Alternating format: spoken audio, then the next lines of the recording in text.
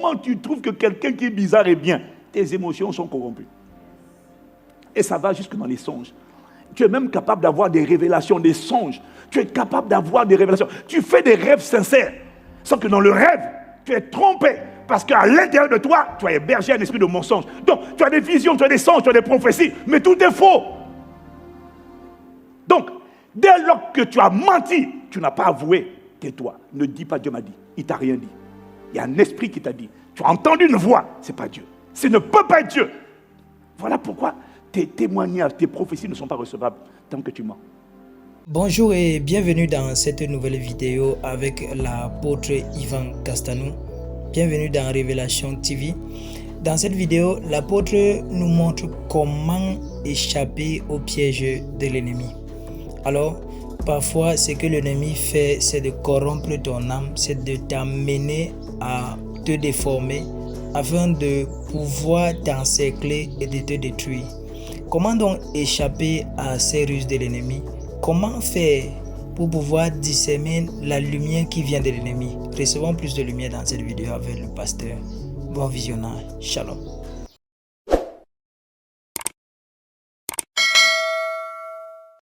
Chaque fois que le monde a peur, le monde angoisse, le monde panique, le monde est anxieux, le monde s'interroge, les gens ont peur, nous avons dit que chaque fois que les êtres humains ont peur, c'est l'occasion idéale pour le diable qui l'utilise pour répandre sur le monde un esprit de lourdeur, un esprit d'assoupissement, un esprit de sommeil qui va pousser l'homme intérieur, pas le corps extérieur, mais le corps intérieur, l'esprit à s'assoupir. En fait, c'est comme si dès que quelqu'un rumine l'inquiétude, l'angoisse, l'anxiété, c'est comme si son esprit est piqué et puis il est directement anesthésié, endormi. Et dès qu'il est endormi, chaque fois que l'esprit de l'homme est endormi à travers la méditation des mauvaises nouvelles, chaque fois que l'esprit de l'homme est endormi, on a dit que c'est l'occasion favorable que le diable utilise pour entrer. C'est l'occasion rêvée pour les esprits méchants d'entrer. Voilà pourquoi les démons entrent difficilement lorsque tout va bien.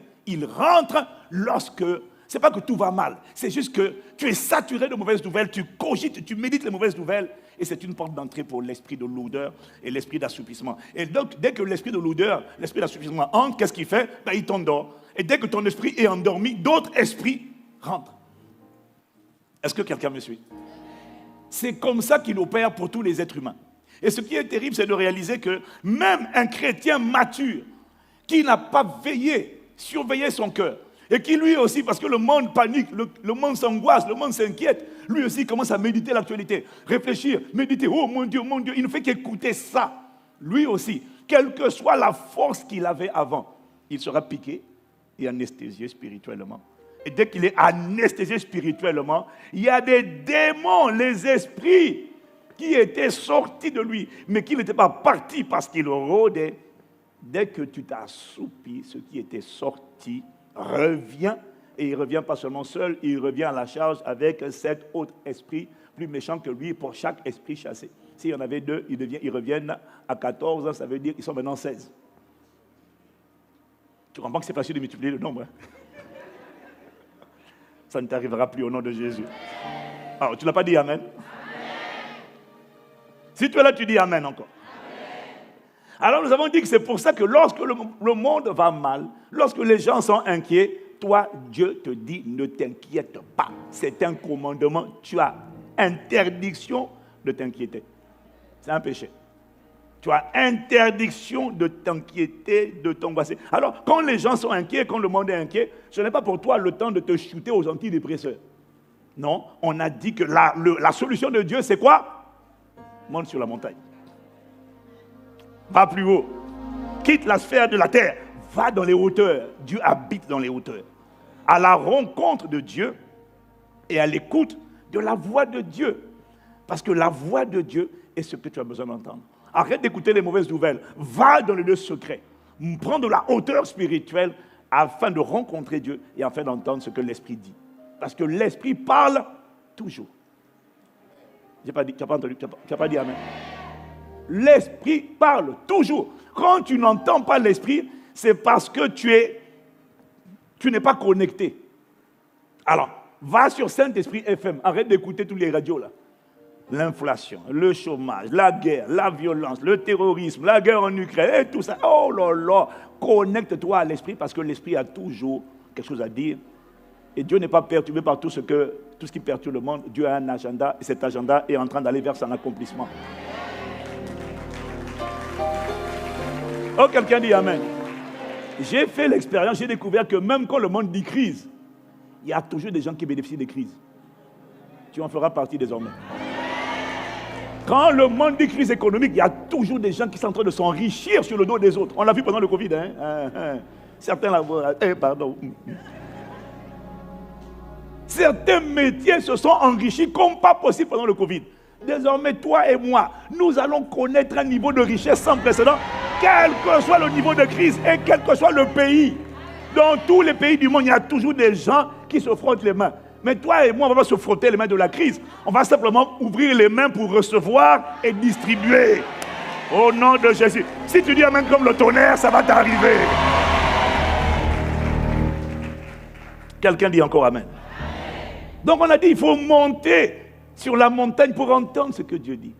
Et je t'ai dit que tu dois faire de la voix de Dieu la priorité absolue de ta vie. Parce que la voix de Dieu, c'est le GPS qui te conduit.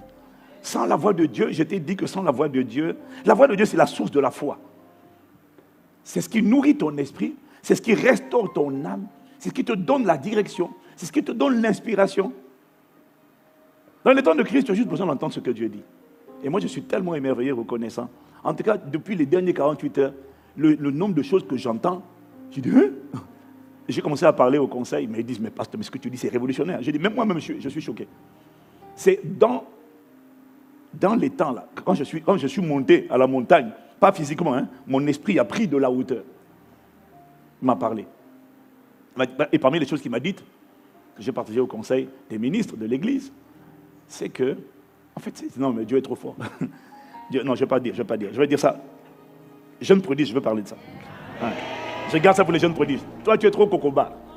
Jeune, ce n'est pas l'âge, hein, c'est le système de pensée. Hein. Il y en a parmi vous, vous avez 30 ans, vous êtes déjà des corbillards vivants. On dirait un vieux. Tu t'habilles comme un vieux, tu parles comme un vieux. Et les gens ne te comprennent pas, les gens ne te comprennent pas. Même moi, je ne te comprends pas. Il faut changer. Change. T'as bien dit un croque-mort. Regarde le pasteur Ivan.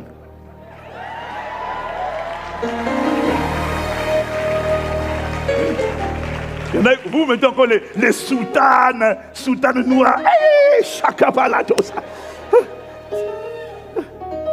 Seigneur, pardonne-nous. Dis à quelqu'un, tu dois entendre Dieu. Mais c'est ça, tu n'entends pas Dieu. Est-ce que vous savez que changer toute la décoration de l'église, l'habillage, les jeux de lumière, tu sais que ce n'était pas un phénomène de mode, c'était un réma. C'était un réma, ce n'était pas une idée, c'était une instruction. Dieu parle, Dieu parle, Dieu parle. Et c'est la clé de ta protection. Je t'ai montré que tu peux aimer Dieu, tu peux faire des exploits avec Dieu, mourir prématurément. Mourir tôt ne veut pas dire mourir prématurément. Parce que Jésus est quitté à 33 ans. Mourir prématurément, ce n'est pas mourir tôt. Mourir prématurément, c'est mourir avant le temps fixé par Dieu pour ta vie. Est-ce que quelqu'un comprend la différence? Parce que quelqu'un peut partir à 35 ans parce qu'il a fini. Et quelqu'un peut partir à 70 ans, il n'a toujours pas fini. Il n'a même pas commencé. Mais toi, tu commenceras et tu finiras. Je n'ai pas entendu ton amen. Hein? Donc il faut entendre Dieu, c'est ta priorité absolue. Qu'est-ce que Dieu dit? À chaque fois, qu'est-ce que tu dis? Révèle-moi tes desseins. Ne me laisse pas aller où tu ne vas pas. Ne me laisse pas faire ce que tu ne fais pas. Je t'en supplie. Pas un pas sans toi. Pas un pas sans toi. Il ne faut pas le chanter, il faut le soupirer. Il faut le désirer. Je n'ai aucune capacité, aucune compétence. Je ne sais rien. Je ne suis rien, je ne sais rien, je ne veux rien et je ne vaux rien. Je n'ai pas honte de reconnaître ça. Ah Seigneur, moi je ne suis rien. Je ne t'ai jamais dit que je suis capable. Je t'en supplie, remplis-moi de la connaissance de ta volonté, en toute sagesse et intelligence spirituelle pour marcher d'une manière digne de toi et être entièrement agréable, c'est-à-dire te faire plaisir. Ne me laisse pas faire plaisir à un autre que toi. Ne me laisse pas réjouir un autre que toi. Ne me laisse pas avoir un autre cœur que ton cœur, d'autres pensées que tes pensées. Ne me laisse pas agir sur une autre parole que ta parole. Je t'en supplie. Je suis un incapable sans toi. Je t'en supplie. Quand tu t'humilies, oh, Dieu t'exauce, mon frère, ma soeur. Il t'exaucera désormais. Dis encore Amen. Amen. Tu peux faire des exploits avec Dieu, et juste parce que tu as raté la voie de Dieu, tu es fauché. Et surtout quand tu conduis des gens, père de famille, mère de famille, pasteur, responsable, pilote, groupe, responsable d'un groupe, d'une équipe, fais attention. Si tu vas prier sans entendre Dieu. Tu vas prendre autorité sans être inspiré par Dieu. Tu vas dire, au nom de Jésus, je paralyse tous les démons de la planète ou du continent ou du pays. Est-ce que Dieu t'a dit de prier comme ça? Les blessures inutiles arrivent à tellement de gens. Ce n'est pas que tu crains de prier, c'est qu'il faut prier par l'esprit. Il faut être sûr que c'est l'esprit qui t'a dit de faire ça. Parce que des fois, tu entends des gens prier. Je ne vais pas donner des exemples parce que vraiment. Mais des fois, c'est risible, quoi. Non, on va parler là-bas. Parfois, c'est effrayant. Les combats qui ne sont pas menés par l'esprit sont des combats qui peuvent te tuer ou tuer des gens qui sont sous ta responsabilité. Tu dois faire de la voie de l'esprit ta priorité et ne pas faire semblant. Tu ne peux pas te tenir devant les gens et dire « Je déclare et je décrète toutes les entités qui tiennent mon pays, je les détruis. » Eh frère, il faut que ce soit par l'esprit. Si c'est ton intellect, tu fais ça juste pour impressionner les gens, ce qui va t'arriver après, tu n'as pas idée. Quand Dieu ne t'a pas envoyé, il n'est pas avec toi. Il est en toi, mais il n'est pas avec toi. Alors fais de la voix de Dieu ta priorité. Mais cette voix de Dieu exige l'humilité. Elle ne parle pas aux gens qui veulent se montrer, qui veulent se pavaner. Non. Elle se fait entendre dans les cœurs humbles. Quelqu'un dit Amen. Entendre la voix de Dieu, c'est ce que Jésus a résumé lorsqu'il nous a dit, dans Matthieu 6, au verset 33, « Cherchez premièrement le royaume et la justice de Dieu, et toutes ces choses vous seront données par-dessus tout. » Toutes ces choses pour lesquelles vous avez envie de vous inquiéter, vous seront données par-dessus tout si vous faites deux choses. C'est le secret des secrets, c'est là. Cherchez en toutes choses, quel que soit le besoin que tu as. Ne commence pas par chercher le besoin, la réponse au besoin. Cherche deux. Un, le royaume, deux, la justice. Ça veut dire un, la voie, deux, la loi. Est-ce que quelqu'un me suit? La loi te dira, la loi c'est le principe. La loi c'est le principe divin. L'univers est régi par des principes ou encore par des lois. Si tu es là, tu dis Amen. Et tu as besoin de la loi. Le problème c'est que tu as besoin que la voix t'explique comment appliquer la loi. La loi te dit il faut semer. La voix doit te parler pour te dire qu'est-ce que tu dois semer. Est-ce que je sème de l'argent? Est-ce que je sème du temps? Est-ce que je sème des dons matériels? Est-ce que je sème mes talents? Est-ce que je sème mes trésors? Est-ce que je sème mon temps? Est-ce que je sème des capacités? La voix doit te dire qu'est-ce que tu sèmes? Quand est-ce que tu sèmes? Et où est-ce que tu sèmes? Dans quel champ? Dans quelle église? Dans quel ministère? Dans quelle association? On ne fait pas les choses comme ça parce qu'on a envie. Il faut que la voix t'instruise. Si c'est l'hôtel royal, si c'est ICC, Dieu t'a parlé. Il sait que c'est sa maison et il sait que c'est l'œuvre qu'il bâtit. Donc c'est sûr. Ce n'est pas Satan qui va te dire. Satan ne peut pas te dire de donner à ICC. Jamais. Il va te dire, méfie-toi, méfie-toi. Aïe, aïe, aïe. Non, t'inquiète pas. À ICC, l'argent ne va pas dans les poches des pasteurs. L'argent va pour bâtir la maison de Dieu. Amen. Ah, mais dis Amen. Oh. Sans la voix de Dieu, le mot destiné pour toi ne sera qu'un concept. Ce n'est pas tout de dire j'ai un appel. Dire j'ai un appel, ça veut dire j'ai une destinée. Sans la voix de Dieu, tu seras quelqu'un qui est à la ligne de départ, mais qui ne peut pas arriver à destination, parce que pour arriver à destination, entre la ligne de départ et la ligne d'arrivée, il y a ce qu'on appelle le GPS. La voix de Dieu, c'est le GPS. Sans ça, la destinée pour toi ne sera qu'un concept, une théorie. Mais ça ne sera pas ton cas au nom de Jésus. Si c'est à toi que je parle, donne un amen. Donc il faut entendre la voix de Dieu. Mais cependant, l'Esprit m'a dit, tu comprends, il ne suffit pas d'entendre la voix de Dieu. Encore faut-il, lorsque tu as entendu la voix de Dieu, il faut garder ce que Dieu a dit afin de le mettre en pratique. Ah, si tu es là, tu dis Amen. Si tu es là, tu dis Amen. Parce que le défi, c'est pas seulement d'entendre la voix de Dieu, c'est d'agir sur la parole que Dieu a donnée. Si tu es là, tu dis Amen.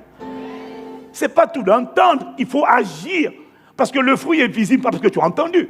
Le fruit sort parce que tu as entendu. Et comme Pierre, tu as jeté le filet sur sa parole. Donc, tu as agi. On n'entend pas pour entendre. On entend pour agir. Mais pour agir, il faut garder la parole. Donc, est-ce que quelqu'un me suit? Le défi de plusieurs d'entre nous, ce n'est pas qu'on n'entend pas la voix de Dieu nous parler. Parce que Dieu parle tantôt d'une manière, tantôt d'une autre. Dieu parle, Dieu nous instruit. Il te parle dans ta prière, il te parle à l'église, il te parle par les prédications, il te parle par les conseils, il te parle par les exhortations, il te parle par les songes, il te parle par les visions, il te parle par les rêves, il te parle de plusieurs manières. Le défi que tu as, ce n'est pas que tu n'entends pas Dieu. Si tu as ICC, tu entends Dieu. Mais le défi, ce n'est pas que tu n'entends pas Dieu.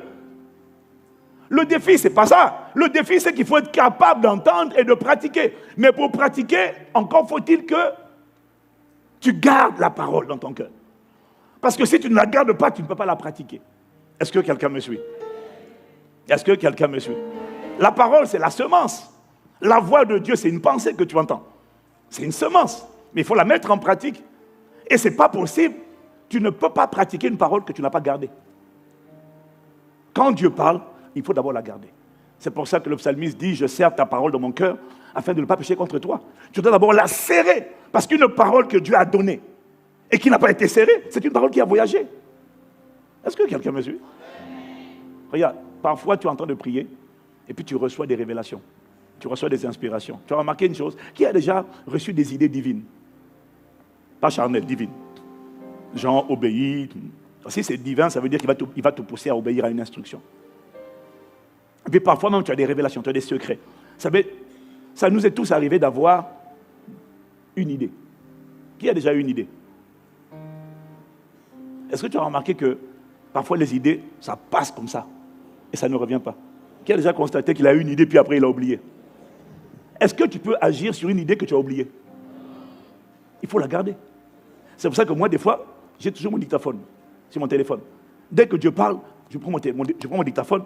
Parce que quand il a parlé, parfois, Seigneur, rappelle-moi ce que tu avais dit. Et des fois, tu vas ramener pour te rappeler. Alors que c'était juste génial. Est-ce que quelqu'un me suit? Ça te montre que quand Dieu parle, si tu ne l'as pas gardé, tu ne peux pas agir. Il faut garder la parole afin de la mettre en pratique. Quelqu'un qui n'a pas gardé une idée, il ne peut pas la mettre en pratique. Si tu es là, tu dis Amen. Et c'est là qu'il m'a dit que le cœur tortueux dont on a parlé la dernière fois, joue des tours à plusieurs d'entre nous. Parce que la parabole du semeur, dans Luc chapitre 8, au verset 5 à 8, la parabole du semeur nous montre que 3 cas, donc 3 personnes sur 4, 3 types de cœurs sur 4, qui entendent la parole de Dieu, qui reçoivent la semence de Dieu, ne portent pas de fruit. Parce que la parole ne demeure pas. Si tu es là, tu me suis, tu dis Amen. Est-ce que quelqu'un me comprend? La parabole du semeur, que tu connais, dans Luc 8, verset 5 à 8, nous montre qu'il y a 3 quarts des gens qui entendent ce que Dieu dit, et c'est la semence qui a été semée. Jésus dit la semence, c'est la parole de Dieu. Mais dans 3 quarts des cas, la semence ne demeure pas. Ça veut dire que la parole ne demeure pas. Ce n'est pas qu'il n'y a pas la semence est là. Le problème, c'est que le cœur ne garde pas la semence pour marcher et agir sur la parole. Est-ce que quelqu'un me suit? Et pourquoi le cœur ne demeure pas? Pourquoi la parole ne demeure pas? Le Seigneur nous a dit parce que le cœur de l'homme est tortueux. Il est méchant. Il est incurable. Et pourquoi ce cœur est-il devenu tortueux? Pourquoi ton cœur, Dieu dit que le cœur de l'homme est tortueux? Parce qu'il n'a pas été créé tortueux. Mais pourquoi est-ce que le cœur est devenu tortueux? Alors l'Esprit m'a rappelé que le cœur est devenu tortueux depuis que le péché est rentré dans la chair. Quand le péché est entré en l'être humain, quand Adam a péché, le péché est allé se localiser où? Dans quelle partie de l'homme? Dans la chair. Les 5 sens. L'ouïe, le goûter, le toucher, la vue, l'odorat. Est-ce que quelqu'un est là? Les 5 sens. Donc, Romains chapitre 8, verset 3 nous dit car chose impossible à la loi, parce que la chair la rendait sans force, Dieu a condamné le péché dans la chair. C'est la phrase que tu dois retenir. Dieu a condamné le péché dans la chair. Ça veut dire que la nature de Satan, le péché, et elle se localiser dans les 5 sens. Au commencement, l'ouïe n'était pas corrompu par le péché. La vue n'était pas corrompue par le péché. Adam et Ève étaient nus. Il n'y avait pas d'impudicité. Mais quand le péché, les yeux ont regardé, quand la vue, le sens de la vue, regardait l'homme et la femme côte à côte, il n'y avait aucune mauvaise pensée. Parce que le péché n'était pas dedans. Quand le péché est rentré, il allait se localiser où? Dans la chair, dans la vue, dans lui. Désormais, ce que tu vois, si c'est compliqué, c'est une occasion de péché. Ce que tu entends, si c'est un son mauvais, c'est une occasion de péché. Ce que tu touches peut devenir une occasion de péché. Est-ce que quelqu'un me suit? Est-ce que quelqu'un me suit? Donc, pourquoi le cœur est devenu tortueux? 2 choses, il m'a dit, c'est parce que le péché est allé se localiser dans la chair, ça c'est premièrement, et deuxièmement, Pierre nous dit dans 1 Pierre 2, verset 11, bien-aimés, je vous exhorte comme voyageurs et étrangers sur la terre, à vous abstenir des convoitises charnelles qui font la guerre à l'âme. Alors, pourquoi est-ce que le cœur est devenu tortueux? Quand on parle du cœur, on parle de l'âme, siège des pensées, des sentiments, de la volonté, des émotions. Pourquoi le cœur est tortueux? Parce que le péché a localisé la chair et que la chair a des passions qui agressent, accablent, bombardent, terrassent, blessent, secouent, meurtrissent l'âme. Quelqu'un me suit, dit Amen. Donc, les passions de la chair agressent l'âme. Et à force d'agresser l'âme, c'est ça qui permet au diable de construire des prisons, des blessures, des forteresses dans le cœur des gens. Alléluia. Si quelqu'un est là, il dit Amen. Donc, ce que je suis en train de t'expliquer, c'est pourquoi le cœur de l'homme est devenu tortueux. Parce que la chair, tes 5 sens, se sert de tout ce que tu as vécu, tu as entendu, tu as touché, tu as goûté depuis ton enfance pour agresser ton âme. Et il construit des prisons, il construit des forteresses. Les forteresses, c'est quoi? Ce sont des systèmes de pensée qui se construisent en toi et ce sont des abris. Les forteresses, c'est un refuge pour les démons. Dès qu'il y a une forteresse en toi, il y a un refuge pour un démon. Ça ne veut pas dire qu'il y a toujours un démon, mais c'est un refuge. Parfois, il y a un esprit mauvais, parfois, il n'y en a pas.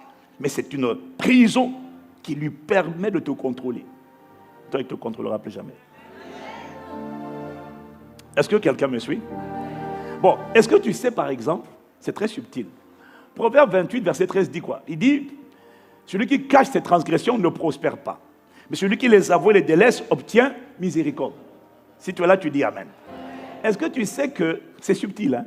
Juste un péché, quel que soit le péché, que tu as péché, mais que tu n'as jamais avoué, tu n'as jamais reconnu, tu n'as jamais confessé.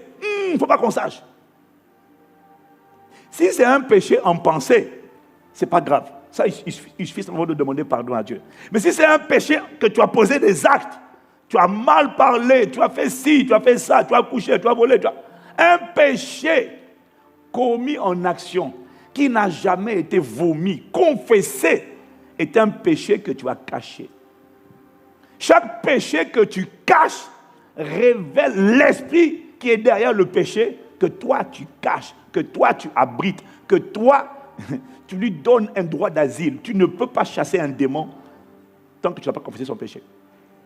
Parce que tu ne peux pas. Tu peux dire au nom de Jésus, l'esprit d'impudicité sort. Tant que tu n'as pas avoué l'impudicité, confessez ça. L'esprit d'impudicité ne peut pas sortir parce que quand nous on prie, on dit sors. Toi tu lui dis reste derrière moi.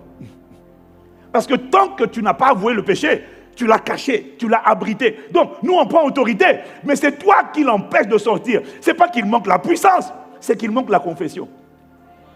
Yeah. Marakotosa. Voilà pourquoi beaucoup de gens ne sont pas délivrés, quelle que soit l'immensité de la puissance et de la gloire de Dieu présente dans la place. Ce n'est pas un problème de puissance ou de gloire. C'est un problème pour beaucoup de gens de confession. Celui qui cache ses transgressions ne prospère pas. Quand tu caches, l'Esprit m'a dit, tu le caches. C'est fort, hein? Quand tu caches, tu le caches. Donc, le pasteur dit, sors. Toi, tu dis, non, reste derrière moi. Et pourtant, ta bouche dit, sors. Mais dès lors que tu as caché, tu l'autorises. Hein? C'est toi qui lui donnes le droit d'asile. Et alors, du coup, c'est quoi le problème? Tout péché que tu ne confesses pas, que tu caches, révèle un péché. Tout péché que tu ne confesses pas, que tu caches, révèle un esprit à qui tu donnes le droit de rester. Et du coup, comme tu n'as pas dit la vérité, tu mens. Et ce que tu ne comprends pas, c'est que dès lors que tu héberges l'esprit de mensonge, il a son emprise sur ton âme. Ce que tu ne sais pas, c'est qu'un esprit de mensonge est automatiquement de facto invité dès lors que tu mens. Et chaque fois que tu mens, l'esprit de mensonge est là. Et quand l'esprit de mensonge est là, il va mentir sur tout. Du coup, tes émotions seront trompées. Parce qu'il va corrompre, il ment tes émotions. C'est-à-dire qu'en fait, il les déforme. C'est ça qui rend le cœur tortueux, l'esprit m'a montré.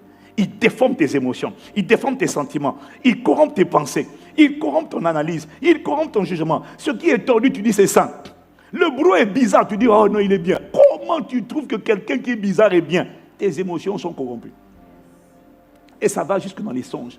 Tu es même capable d'avoir des révélations, des songes. Tu es capable d'avoir des révélations. Tu fais des rêves sincères. Sauf que dans le rêve, tu es trompé. Parce qu'à l'intérieur de toi, tu as hébergé un esprit de mensonge. Donc, tu as des visions, tu as des songes, tu as des prophéties. Mais tout est faux. Donc, dès lors que tu as menti, tu n'as pas avoué, tais-toi. Ne dis pas Dieu m'a dit. Il ne t'a rien dit. Il y a un esprit qui t'a dit. Tu as entendu une voix. Ce n'est pas Dieu. Ce ne peut pas être Dieu. Voilà pourquoi tes témoignages, tes prophéties ne sont pas recevables tant que tu mens.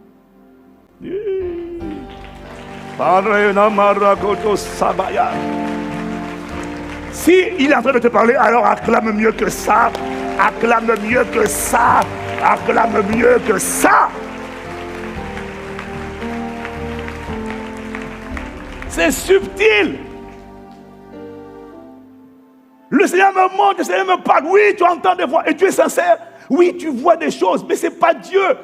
C'est l'esprit de mensonge qui est en train de corrompre et de pervertir et de te mentir sur tout. Tant que tu n'as pas avoué, tu es dangereux. Méfie-toi des gens qui te prophétisent. Oh, le Seigneur me montre, le Seigneur me dit. Parce qu'il y a des gens qui sont sincères, mais ce qu'ils disent est faux. Parce qu'il y a quelque chose dans leur vie qu'ils n'ont jamais avoué. Non, ça si je dis, qu'est-ce qu'on va penser de moi? S'il te plaît, tu es devenu un danger. Est-ce que quelqu'un me comprend? Tiens. Dis avec moi, waouh. Donc, c'est formidable que Dieu te parle.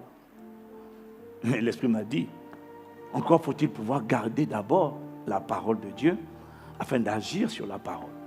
Et c'est là que tu vois qu'un cœur tortueux, un cœur qui te joue des tours, des passe-passe, un cœur qui te ment, un cœur qui n'est pas transformé, qui n'est pas restauré, un cœur tortueux devient malgré toi-même l'ennemi des desseins de Dieu pour ta propre vie. Voilà pourquoi tu dois travailler à la transformation, à la restauration de ton propre cœur. Parce que Dieu peut te parler. Il dit des choses puissantes. Mais la capacité à garder et à agir sur cette parole dépend du type de cœur que tu as. Et la parabole du semeur nous a révélé 4 types de cœurs. Alors on a vu, il y en a 4. Le premier type de cœur, c'est le cœur qui foule aux pieds la parole. Jésus nous a expliqué les 4. Dans Matthieu 13 et dans Luc 8. Il y en a 4. Le premier cœur, c'est le cœur qui foule aux pieds la parole. Je l'ai appelé le cœur hautain. Le cœur qui méprise. Et souvent, il foule aux pieds la parole parce qu'il a des préjugés sur les porteurs de la parole. Dès que tu fais une faute de français, il dit, je ne peux pas l'écouter. Il a raté la voix de Dieu juste parce qu'il dit, il fait des fautes, je ne l'écoute pas.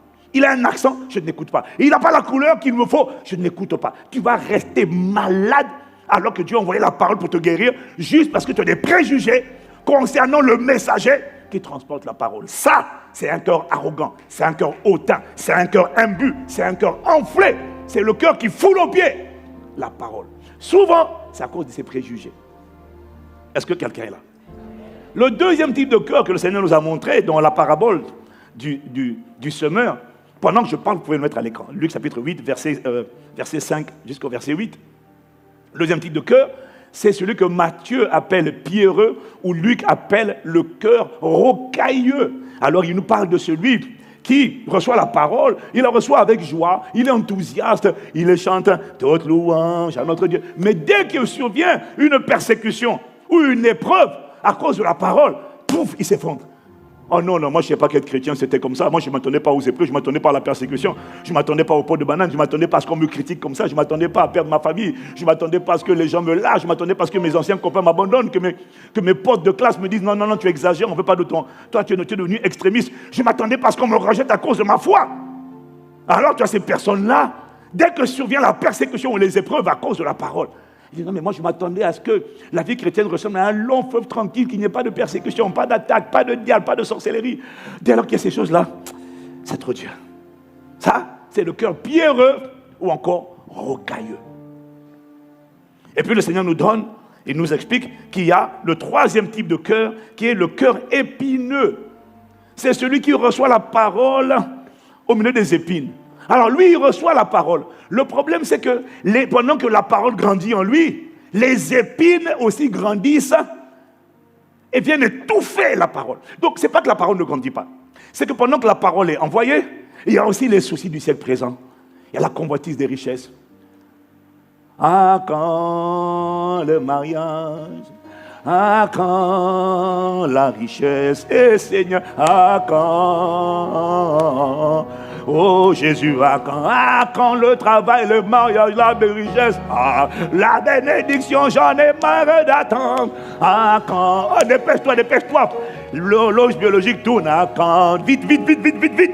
Je n'ai plus le temps de t'attendre. Ah, si tu n'agis pas, je vais aller chercher ailleurs. Ah quand, dépêche-toi. Ah quand, je n'ai pas le temps de te chercher toi. Ah, je veux la guérison, le mariage, le travail, l'argent, la richesse, le plaisir de ce monde. Quand.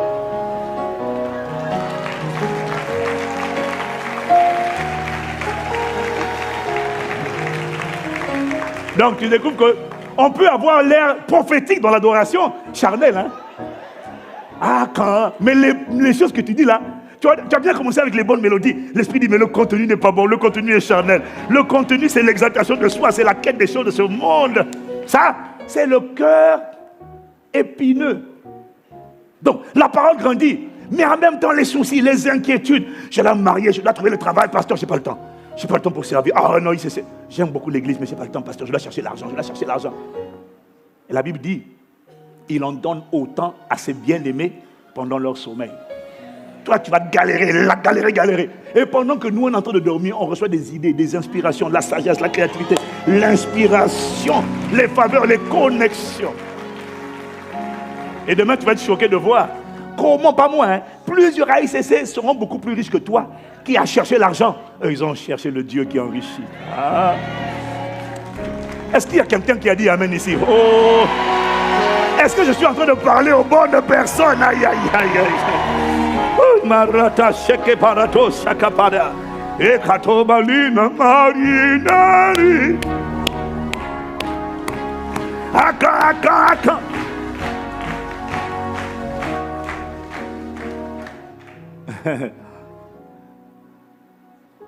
Donc le Seigneur nous a montré qu'il y a 4 types de cœur.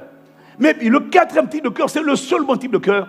Luc dit que c'est le cœur qui est honnête et bon. C'est le seul cœur qui garde la parole. Donc du coup, lui, quand il entend Dieu, il va agir sur ce que Dieu a dit. Il va avoir les résultats que Dieu a annoncés. Pourquoi? Parce que son cœur est honnête et bon. Et il a serré la parole. Tu ne peux pas agir sur une parole que tu n'as pas gardée. Donc Dieu parle. La priorité, c'est la voix de Dieu. Mais la voix de Dieu ne vient pas se faire entendre juste pour augmenter ta connaissance. La voix de Dieu se fait entendre pour te donner la possibilité d'agir sur la parole. Est-ce que tu es là, tu dis Amen? Mais tu comprends que le type de cœur que tu as peut devenir un ennemi. Le cœur tortueux, tant qu'il reste tortueux, devient un ennemi de ta propre destinée, de ta propre restauration. Voilà pourquoi tu ne dois pas laisser ton cœur tortueux. Tu dois travailler à sa transformation. Travailler à sa guérison. Est-ce que quelqu'un me suit?